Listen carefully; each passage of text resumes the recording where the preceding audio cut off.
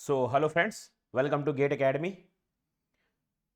UPPSC AE का जो exam है उसके रिगार्डिंग जो है आज फर्स्ट जो सब्जेक्ट हम स्टार्ट करने वाले हैं मटेरियल साइंस। ये एक प्रीलिम्स एग्ज़ाम के लिए जो आप लोगों ने देखा होगा कि प्रीलिम्स एग्ज़ाम के सिलेबस में ये जो आपके कंटेंट में मटेरियल साइंस ये सब्जेक्ट है, बेहद इम्पॉर्टेंट सब्जेक्ट आपके सिलेक्शन के लिए।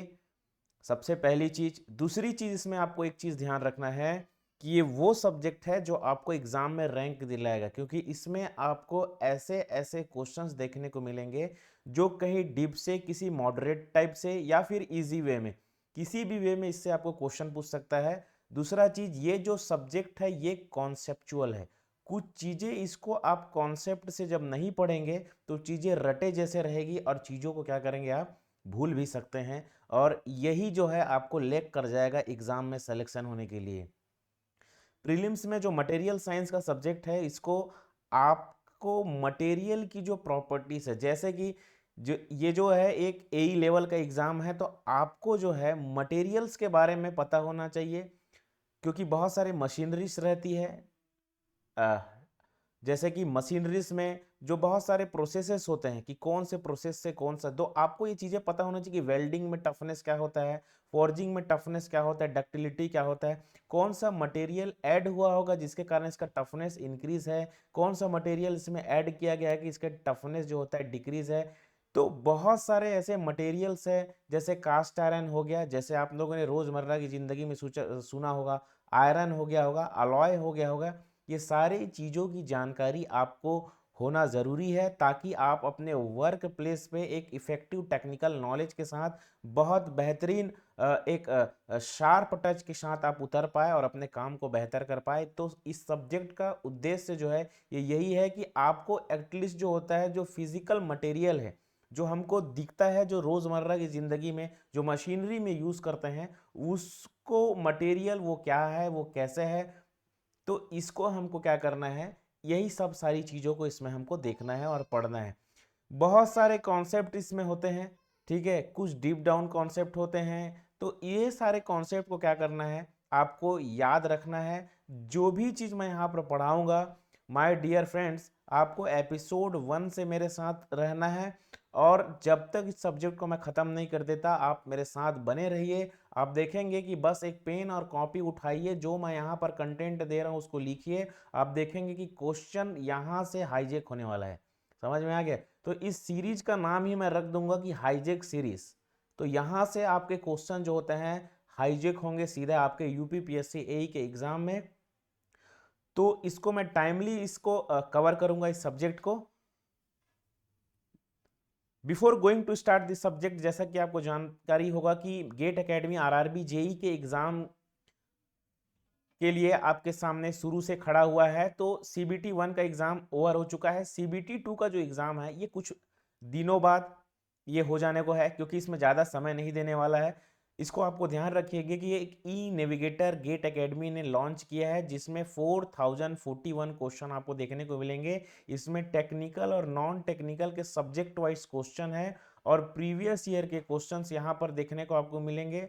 इसमें कुछ ऐसे क्वेश्चंस भी है जो ट्रेंड को फॉलो कर रहे हैं, उसके अकॉर्डिंग आपको रखा गया है। तो इसको, ये चीज़ें अगर मैं बोलूँ तो ये मैंडेटरी है, जिसको बोलते हैं कि भैया ये मतलब इसके बिना मतलब आप एग्जाम में बेहतर कर ही नहीं पाएंगे। तो ये मैं बोल देता हूँ, क्योंकि इसमें 4041 क्वेश्चन, ये नंबर कम नहीं होता।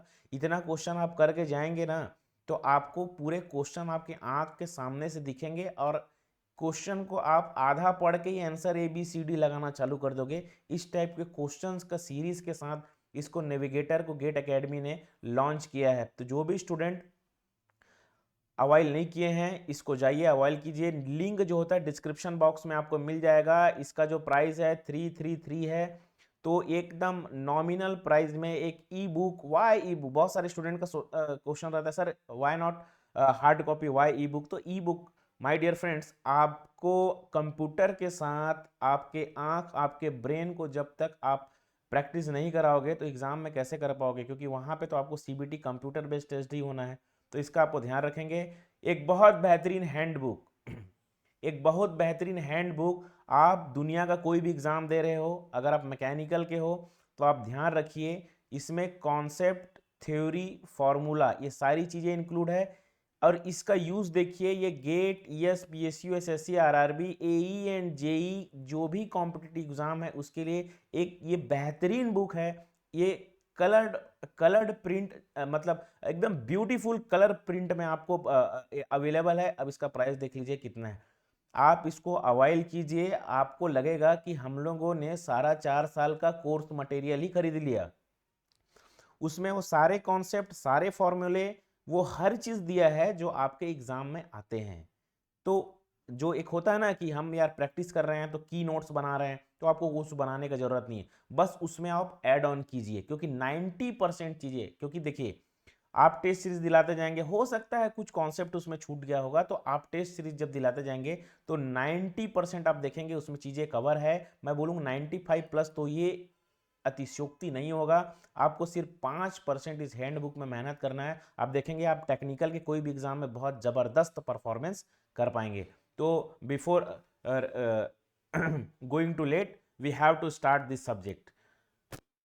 Material science, the name of subject is material science. आज एपिसोड फर्स्ट।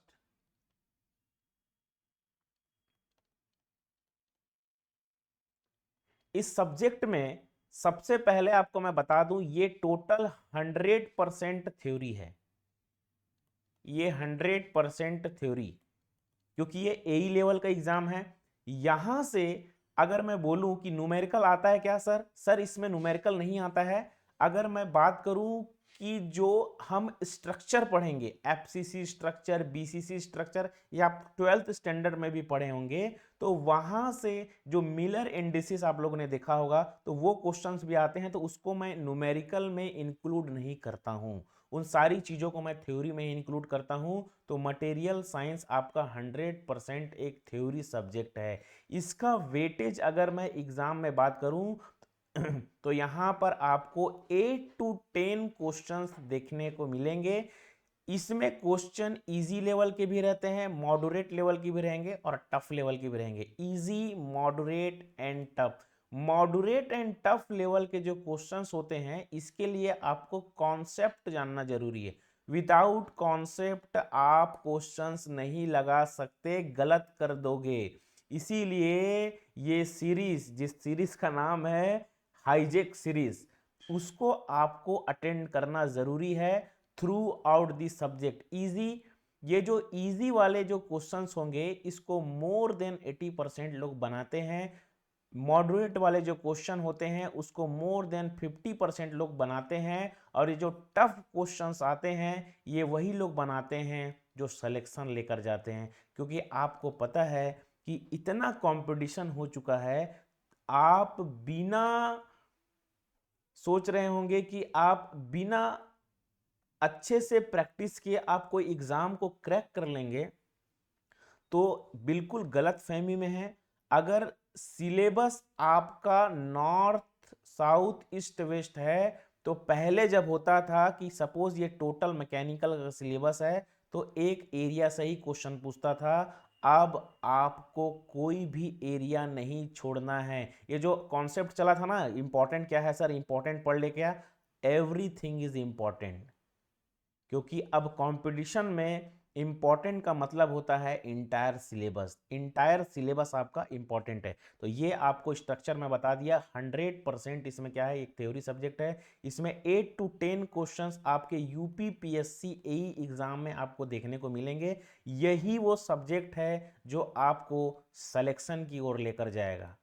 यही वो सब्जेक्ट है जो आपको सिलेक्शन की ओर लेकर जाएगा, क्योंकि इसमें आप चीज़ों को डायरेक्शनल वे में पढ़ेंगे, और आप देखेंगे कि वो सारे क्वेश्चंस आपको मिल जाएंगे जो मैं यहाँ पर आपको बताने वाला हूँ। ठीक है। So before going to start the material science, first we have to understand what is the material science की अगर मैं बात करूं, तो मटेरियल साइंस को अगर मैं डिफाइन करूं, तो इसको मैं नीले पेन से डिफाइन करता हूं। क्योंकि लाल मतलब खतरनाक, और खतरनाक चीज हम पढ़ नहीं रहे हैं, क्योंकि चीजों को हम इजी करके पढ़ रहे हैं, तो इसको ध्यान रखेंगे। अगर मैं मटेरियल साइंस को डिफाइन करूं,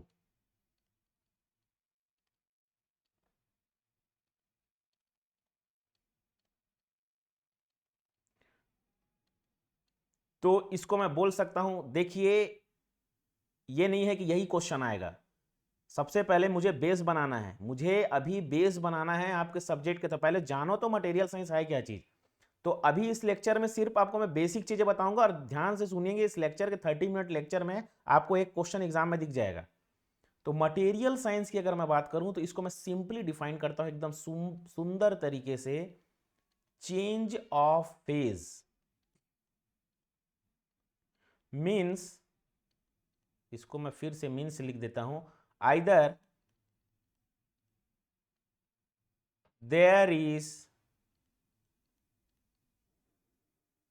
there is a change in microstructure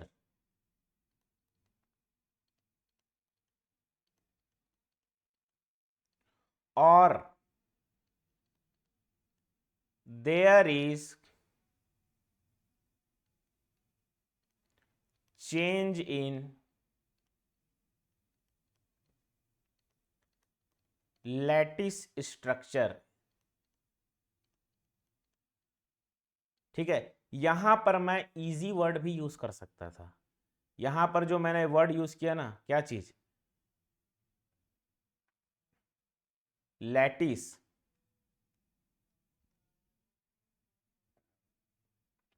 sorry, lattice phase microstructure, यहां पर मैं इजी वर्ड भी यूज कर सकता था, बट यहां पर ये मैंने प्योर टेक्निकल सब वर्ड यूज किया। चेंज इन फेस कहने का मतलब, अगर मैं सिंपल वे में इस चीज को समझाऊं तो आप ध्यान से सुनिए। सपोज मटेरियल है, ये कोई भी मटेरियल है, ठीक है। मटेरियल जो होता है इसके कुछ अपने माइक्रो स्ट्रक्चर्स होते हैं, क्योंकि मटेरियल, कोई भी मटेरियल किससे मिलकर बना रहता है, मॉलिक्यूल्स से। ठीक है, मॉलिक्यूल्स के जो अरेंजमेंट होता है इसी को माइक्रो स्ट्रक्चर बोलते हैं, सिंपल वे में मैं बता रहा हूं। अब ये जो मॉलिक्यूल्स हैं ये अरेंज रहते हैं, जैसे ही हम इसमें हीट प्रोवाइड करेंगे तो मॉलिक्यूल्स में क्या होता है, डिस्टरबेंस होता है, डिस्टरबेंस होता है। ठीक है, मॉलिक्यूल्स में क्या होगा, डिस्टरबेंस होगा। जैसे ही इस मॉलिक्यूल्स में डिस्टरबेंस हम प्रोवाइड करते हैं तो हम क्या देखते हैं, जैसे हीट किए तो डिस्टरबेंस, हीट करने के बाद सपोज ये कोई एक्स मटेरियल है, इसमें मैं वाई मटेरियल मिला देता हूं तो इसका प्रॉपर्टी चेंज हो जाएगा। तो बेसिकली जो डिस्टरबेंस और प्रॉपर्टी जो चेंज होगा, एक तो डिस्टरबेंस होगा हीट प्रोवाइड करेंगे तो, या फिर इसको पीटोगे, ठीक है, हैमरिंग एक्शन जिसको बोलते हैं वो करोगे, या फिर इसको आप क्या कर दिए, मेल्ट कर दिए, उसके बाद आपने वाई मटेरियल को इंक्लूड कर दिया, तब क्या होगा, इसके प्रॉपर्टी में भी चेंज होगा और डिस्टरबेंस होगा। डिस्टरबेंस सिर्फ कब होगा, जब हम इसको फोर्जिंग एक्शन अप्लाई करेंगे या पीटेंगे हथौड़े से, या फिर इसको हम हीट प्रोवाइड करेंगे, लेकिन इसके प्रॉपर्टीज डिस्टरबेंस होगा। और जैसे ही हम इसमें वाई मटेरियल मिलाते हैं तो डिस्टरबेंस मॉलिक्यूल्स भी होगा, और इसके साथ साथ क्या होगा, इसकी प्रॉपर्टी चेंज हो जाएगी। ठीक है, यही दोनों चीज को क्या करते हैं, हम इसमें स्टडी करते हैं। यही दोनों चीज को इस पूरे मटेरियल साइंस में हम क्या करेंगे, स्टडी करेंगे। मतलब डिस्टरबेंस ऑफ मॉलिक्यूल्स, और जब ऐड करें, ठीक है, जब एक मेटल में दूसरे मेटल को ऐड करेंगे तो क्या बन जाता है, अलॉय। ये सुने हो गए आपने लोगों ने वर्ड। तो वो क्या करता है, सिस्टम के प्रॉपर्टी, मतलब जो आपका प्रॉपर्टी होगा मेटल का, उसको भी क्या कर देता है, चेंज कर देता है।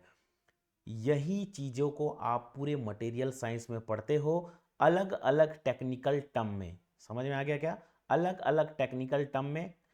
इस पूरे मटेरियल साइंस में टेम्परेचर का रोल रहता है, इसको ध्यान रखेंगे। टेम्परेचर बढ़ाएंगे तो मटेरियल की प्रॉपर्टी चेंज होगा, टेम्परेचर कम करेंगे तो मटेरियल की प्रॉपर्टी चेंज होगा, ऐड करेंगे तो मटेरियल की प्रॉपर्टी चेंज होगा, कुछ एक्स वाई मटेरियल रिमूव करेंगे वहां से, तब एक्स वाई मटेरियल क्या हो जाएगा, वहां से रिमूव करेंगे तो क्या हो जाएगा, उसकी प्रॉपर्टीज चेंज हो जाएगा। ये है मटेरियल साइंस। वेरी इंपॉर्टेंट चीज, बेसिक लेवल का चीज मैं बता देता हूं। एक जो चीज हम पढ़ते हैं, ब्रिटल मटेरियल। ब्रिटल मटेरियल क्या होता है?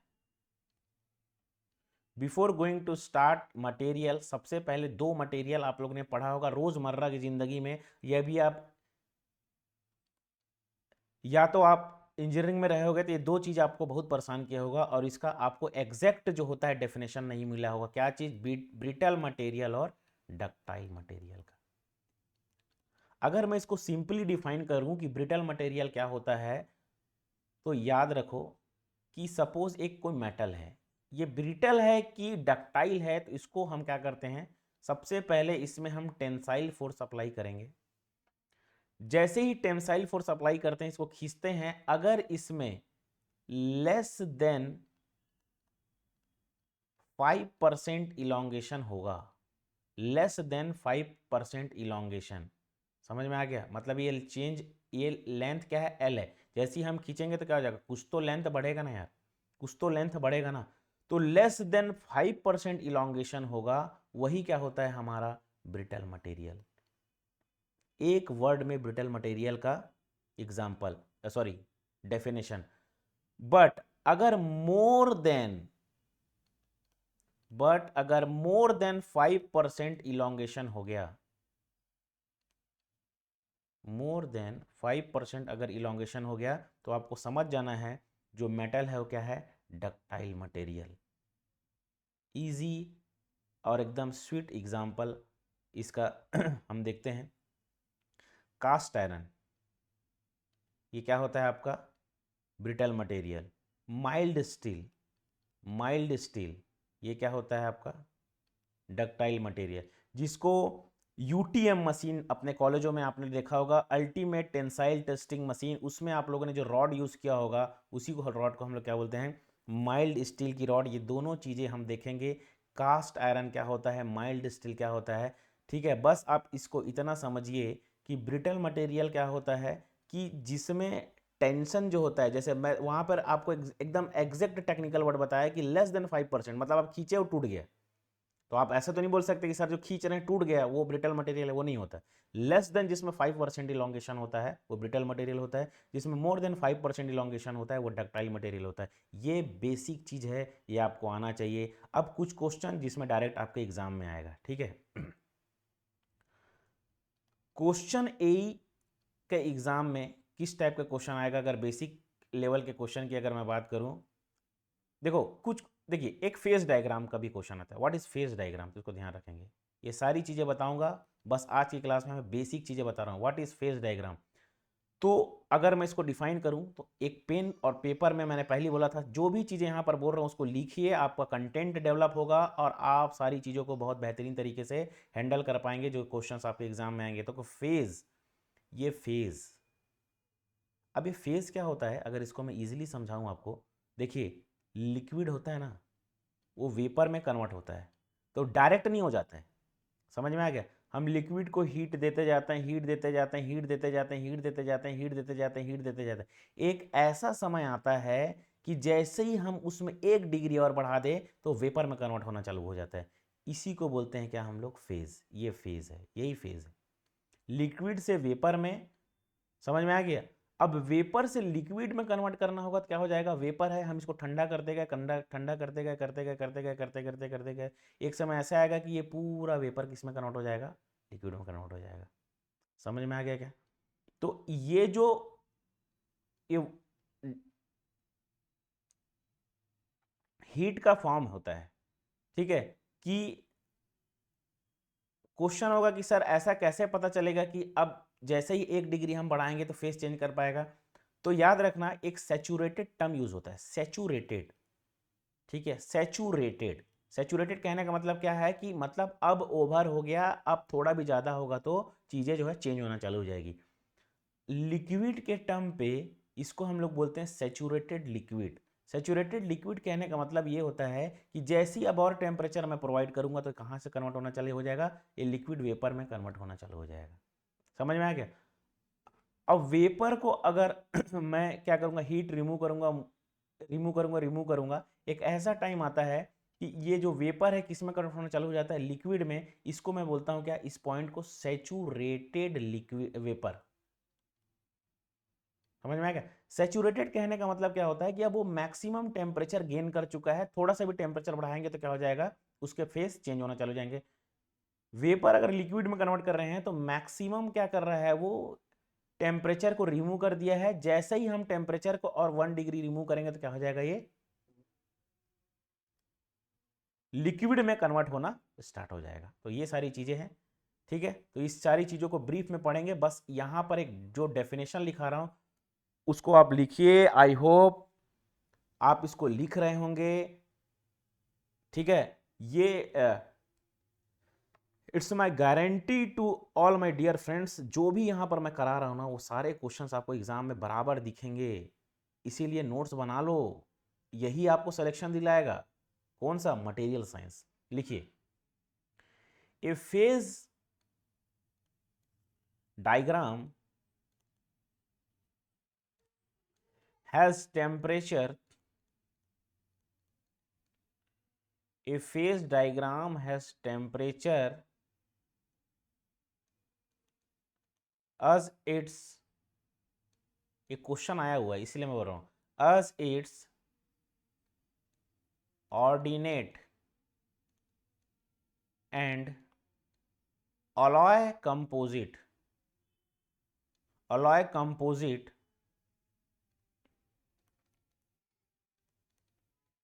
अलॉय कंपोजिट नहीं लिखते, इसको कंपोजिशन कर देते हैं। अलॉय कंपोजिशन अस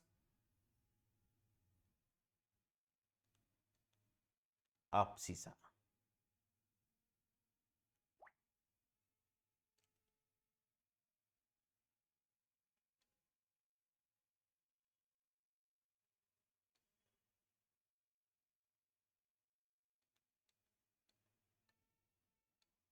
अपसीसा। A phase diagram has temperature as its ordinate and alloy composition as abscissa। इसका मतलब क्या होता है कि जैसे ही हम क्या करें, टेम्परेचर को इंक्रीज करें तो चीज़ें क्या हो जाएगी, वो कन्वर्ट होना चालू हो जाएगा। देखिए इसमें हम जनरली क्या करते हैं, आयरन जो होता है ना उसी को हम क्या करते हैं, फेज डायग्राम के थ्रू गुजारते हैं। समझ में आ गया, अलग अलग फेज से। मतलब कुछ फेज में आपका क्या हो जाएगा, डक्टिलिटी इंक्रीज हो जाएगा, कुछ फेज में क्या हो जाएगा, इसका ब्रिटलनेस इंक्रीज हो जाएगा, कुछ फेज में क्या हो जाएगा, इसमें डक्टिलिटी और डक्टिलिटी मशीनेबिलिटी इसका इंक्रीज हो जाएगा। तो ये सारी चीज़ों को क्या करते हैं, हम इसको गुजारते हैं एक आयरन को अलग अलग फेज डायग्राम से। फेज डायग्राम कैसे बनेगा, जब हम टेम्परेचर का यूज़ करेंगे तब। जैसे ही हम टेम्परेचर को बढ़ाएंगे या टेम्परेचर का रिमूव करेंगे तो ये सारी चीज़ें होती है। क्वेश्चन ये डायरेक्ट इसी वर्ड में लिखा हुआ आया है आपके एई के एग्जाम में, फेज डायग्राम का। तो आप देखिए ये क्वेश्चन कितना, किस टाइप से आपको लैंग्वेज का यूज किया। ये फेज डायग्राम, अब आपको क्या किया था, इस फेज को हटा दिया था। Diagram has temperature as its ordinate and the alloy composition as a abscissa. तो वहां पर आपको 4 ऑप्शन था, फेज, ठीक है, फेज था वहां पर। एक मिनट में इसमें ऑप्शन लिखता हूँ, लिखूंगा तो मुझे याद आएगा चीज़ें, तो इसलिए मैं इसको लिखता हूँ। पहला ऑप्शन आपका दे दिया था फेस, सपोज ये ABCD कहीं पे भी रहा होगा। दूसरा दे दिया था आपका लैटिस स्ट्रक्चर में। तीसरा दे दिया था आपको ग्रेन बाउंड्री। और चौथा दे दिया था आपको लाइन स्ट्रक्चर। समझ में आ गया क्वेश्चन जो मैंने बताया अभी, ये डायरेक्ट क्वेश्चन है ऐसा। लैंग्वेज ये रहेगा, एई का एग्जाम है, इसको ध्यान रखेंगे, आंसर आपका ये रहेगा, ठीक है। तो ये चीज़ें, कुछ बेसिक चीज़ें, और अभी सिर्फ मैं बेसिक चीज़ें बताऊंगा इस क्लास में, ठीक है। तो दूसरी चीज़ें, डायरेक्ट जो क्वेश्चन आया हुआ है, देखिए क्यूरी पॉइंट क्या होता है,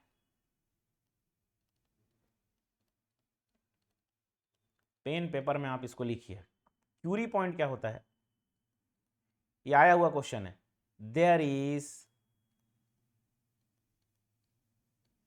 no change, there is no change in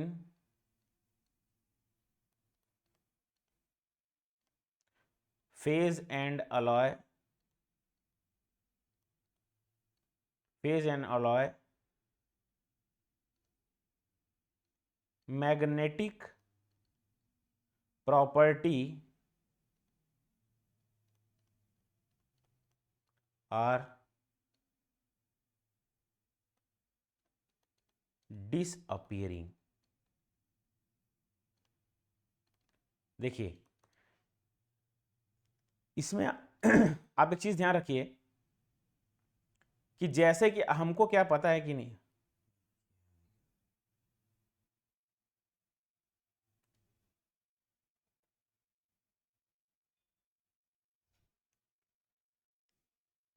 okay technical issue है थोड़ा सा। हाँ देखिए, जैसे कि हमको पता है कि नहीं कि क्यूरी टेम्परेचर क्या होता है,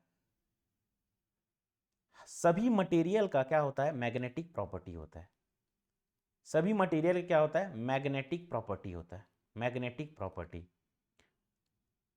जैसे ही हम इसको हीट प्रोवाइड करते हैं, ठीक है, तो इसके जो मैग्नेटिक मैग्नेटिक प्रॉपर्टी है वो भी क्या होता है, लॉस होता चालू हो जाता है। समझ में आ गया। जैसे ही टेम्परेचर 768 डिग्री है, टेम्परेचर को लिख लो कॉपी में, 768 डिग्री पहुंचता है, अगर इस टेम्परेचर के ऊपर लेकर चले गए, इस टेम्परेचर पे पहुंच गया या इस टेम्परेचर 768 पे पहुंच गया या फिर इस टेम्परेचर के ऊपर लेकर चले गए, तो आप ध्यान रखिए कि आपका जो मटेरियल है ये मैग्नेटिक प्रॉपर्टी क्या कर देगा, खो देगा।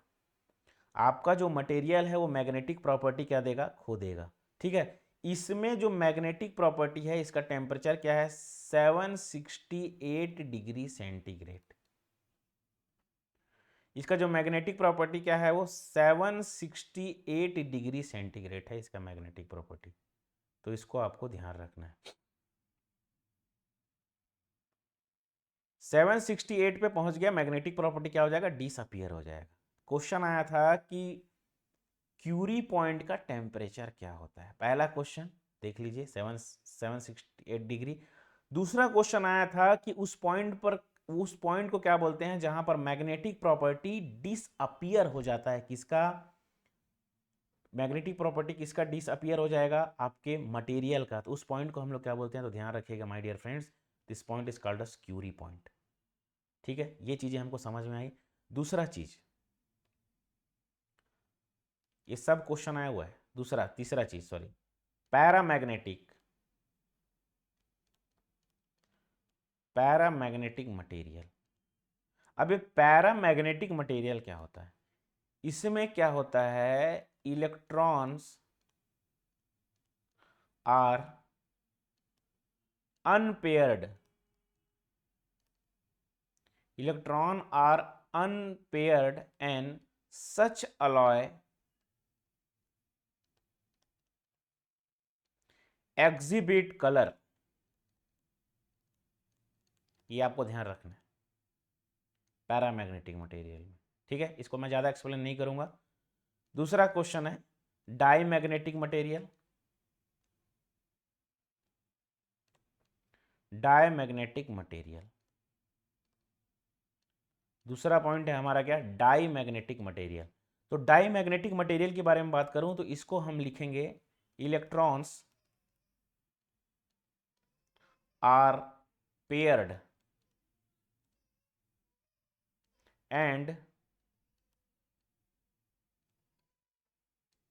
and such alloy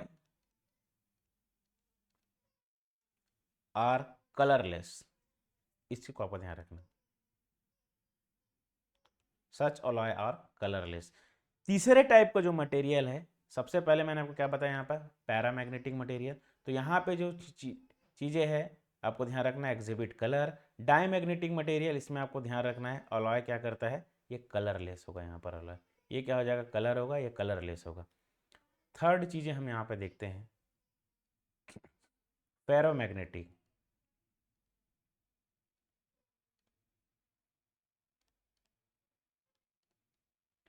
ferromagnetic, ferromagnetic. इसमें क्या होगा, iron behave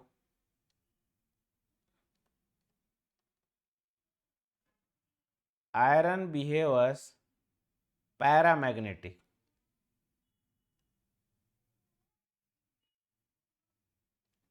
Iron behaves paramagnetic as well as diamagnetic.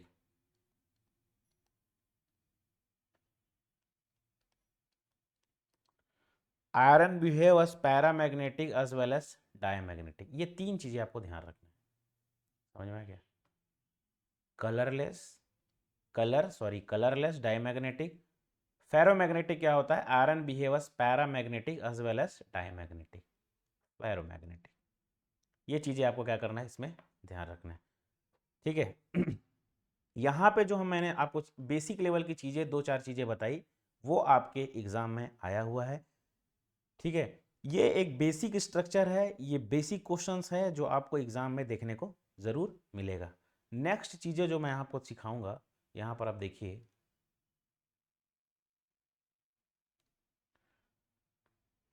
Types of steel. Types of steel. Types of steel के बारे में अगर मैं बात करूं, देखिए, एक आता है, क्वेश्चन आया था कि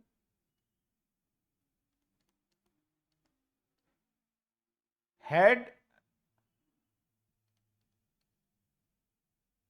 फील्ड स्टील, ये डायरेक्ट क्वेश्चन आया था, देख लीजिए। हेड फील्ड स्टील में क्या कंटेंट होता है? मिसलेनियस क्वेश्चंस है ये। ये क्वेश्चन 3 से 4 बार अलग अलग एग्जाम में आ चुका है। हेड फील्ड स्टील क्या होता है? इसमें आपको ध्यान रखना है, दो चीज मैं बताऊंगा स्टील सेक्शन में, टाइप्स ऑफ में। 12% अगर मैग्नीशियम मिलाएंगे, ठीक है, मैग्नीशियम मिलाएंगे किस पे? आयरन में, तो वो जो सॉरी आयरन में, तो क्या हो जाएगा? हेड फील्ड जो होता है क्या हो जाता है? वो स्टील में कन्वर्ट हो जाता है। ठीक है, यहां पे जो एक मैं वर्ड लिख रहा हूं उसको ध्यान रखेंगे। बाय दी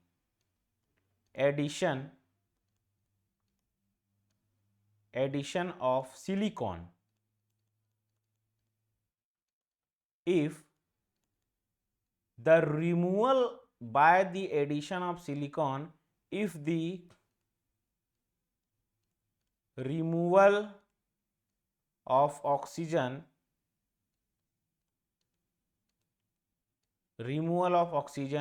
is completed,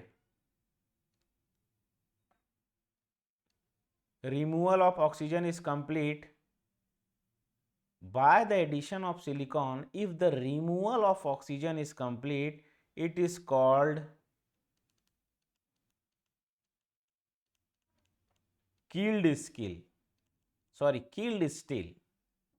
एक क्वेश्चन आया हुआ है, ये वो क्वेश्चन थे, जैसे मैंने आपको बताया था ना, इजी क्वेश्चन होते हैं, मॉडरेट क्वेश्चन होते हैं, टफ क्वेश्चन होते हैं। तो ये टफ क्वेश्चन कैटेगरी का मिसलेनियस क्वेश्चंस है। ये वो सारे क्वेश्चंस मैं आपके सामने लेकर आया हूं जो आपको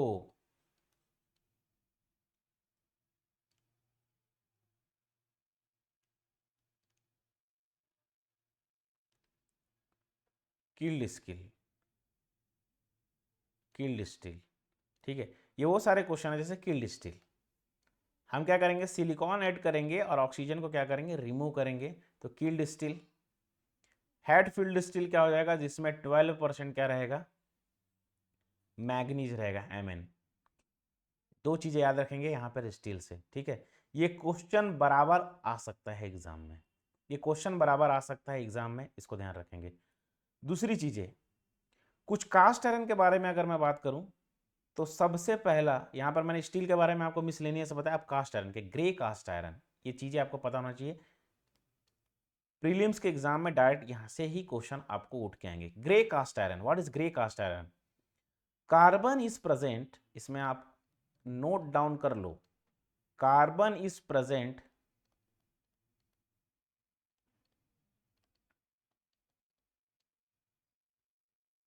प्रेजेंट इन फ्री और फ्लैग फॉर्म, फ्री और flake form and the carbon का जो परसेंटेज है वो क्या हो जाएगा 2.5 में क्या हो जाएगा 4%। 4%। Second, white cast iron. White cast iron, white cast iron क्या हो जाएगा, कार्बन इज present in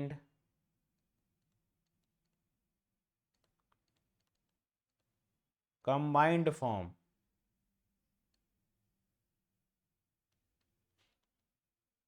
1.8 से 3.6।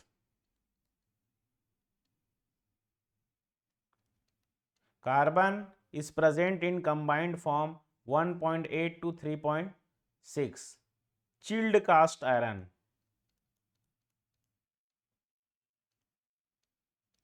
chilled cast iron ये क्या होगा, normally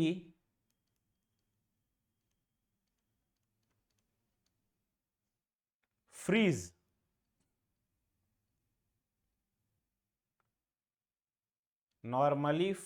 as gray but forced to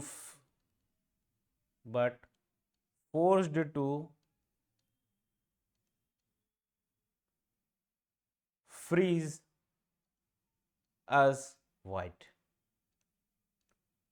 ये जो मैं यहां पर कंटेंट दे रहा हूं ना वो डायरेक्ट उठ उठ के क्वेश्चन आएंगे। तो ग्रे कास्ट आयरन के बारे में ये कंटेंट, कार्बन आपको परसेंटेज याद रखना चाहिए। व्हाइट कास्ट आयरन के लिए ये कंटेंट आपको कार्बन परसेंटेज या सी फॉर कार्बन, कार्बन के परसेंटेज। चिल्ड कास्ट आयरन क्या होता है, normally freeze as a grey but forced to freeze as a white. ये क्वेश्चन एग्जाम में आप देखेंगे आया हुआ है। ये क्वेश्चन जो भी मैंने यहाँ पर करा रहा हूँ वो चीज़ें आपका क्या हुआ है, आया हुआ है। चौथी चीज यहाँ से very important, ductile. Ductile cast iron क्या होता है, C I means cast iron. Ductile cast iron क्या होता है, इसके कुछ एग्जाम्पल आएंगे, जैसे ductile cast iron, ductile cast iron. अब डक्टाइल कास्ट आयरन भी होता है, डायरेक्ट क्वेश्चन आया हुआ है डक्टाइल। अब हड़बड़ा गए सर, तो डक्टाइल ही पढ़ाएं, कास्ट आयरन ही पढ़ाएं। डक्टाइल कास्ट आयरन रहे, तीन चीजें इसमें ध्यान रखेंगे। पहला चीज, इसको पेन चेंज करके लिख देते हैं, इसको पेन को चेंज करके लिख देते हैं, इसको पेन को चेंज करके लिखेंगे अगर मैं हम लोग, तो डक्टाइल कास्ट आयरन में पहला आएगा आपका नोडुलर। ये सब मेटल्स के नाम है जो अलग अलग कंपोजिट अलाउ करके बनाए जाते हैं। Spherical cast iron, spherical cast iron. तीसरा क्या है, मेलेबल कास्ट आयरन। अब यहाँ पे दो तीन चीज बता रहा हूँ, उसको ध्यान रखना। इसका मतलब क्या होता है पता है, डक्टाइल का मतलब क्या होता है और कास्ट आयरन का मतलब इसमें आपका ब्रिटलनेस भी बढ़ेगा, इसको ऐसा कंपोजिट बनाया जाता है, और इसका टफनेस भी बढ़ेगा। टफनेस कहने का मतलब क्या होता है, जब आप खींच रहे हो तो बहुत देर तक टूटेगा, इसको हम क्या बोलते हैं, टफनेस। मतलब energy absorb up to fracture. ये सारी चीजें भी आपको एग्जाम में देखने को मिलेगा। टफनेस क्या किसको बोला जाता है, टफनेस मतलब क्या होता है, energy absorb up to fracture, उसी को हम टफनेस बोलते हैं। तो यहाँ पर दो तीन चीजें मैंने आपको यहाँ पर बताया, इसको आपको ध्यान रखना है, ठीक है। तो ये सारी चीजें थी जो मैंने आपको बताया। अगले क्लास में मैं आपको सीधे जो हमारे अलॉयस हैं, लैटिस स्ट्रक्चर है, एफसीसी स्ट्रक्चर है, बीसीसी स्ट्रक्चर है, उन सारी चीज़ों के बारे में बात करेंगे। वहाँ से आपको क्वेश्चंस देखने को मिलेंगे। उसके बाद फर्दर जो हमारा यूपीपीएससी के जो भी सिलेबस के अकॉर्डिंग जो है, हम इसको क्या करेंगे, एक कंप्लीट वे में, एक डायरेक्शनल वे में हम इसको क्या करेंगे, कंप्लीट करेंगे। तो आज के लिए इतना ही। Thank you so much, wish you all the very best. Copy बनाइए, जो यहाँ पर कंटेंट दे रहा हूँ उसको लिखिए, और आप देखेंगे कि आप इजीली उन सारी चीज़ों को कवर कर पाएंगे। आप खुद सोचिए, डक्टाइल कास्ट आयरन अगर क्वेश्चंस में आ गया तो आप क्या कर पाएंगे, आपको तो पता ही नहीं है। तो ये होता है डक्टाइल कास्ट आयरन के एग्जाम्पल्स। ठीक है, यहाँ पे मैंने वही क्वेश्चन को डील किया जो टफ लेवल में आते हैं, जो आपको पता होगा तभी आप लगा सकते हैं। तो आज क्लास में इतना ही। Once again thank you very much, wish you all the very best.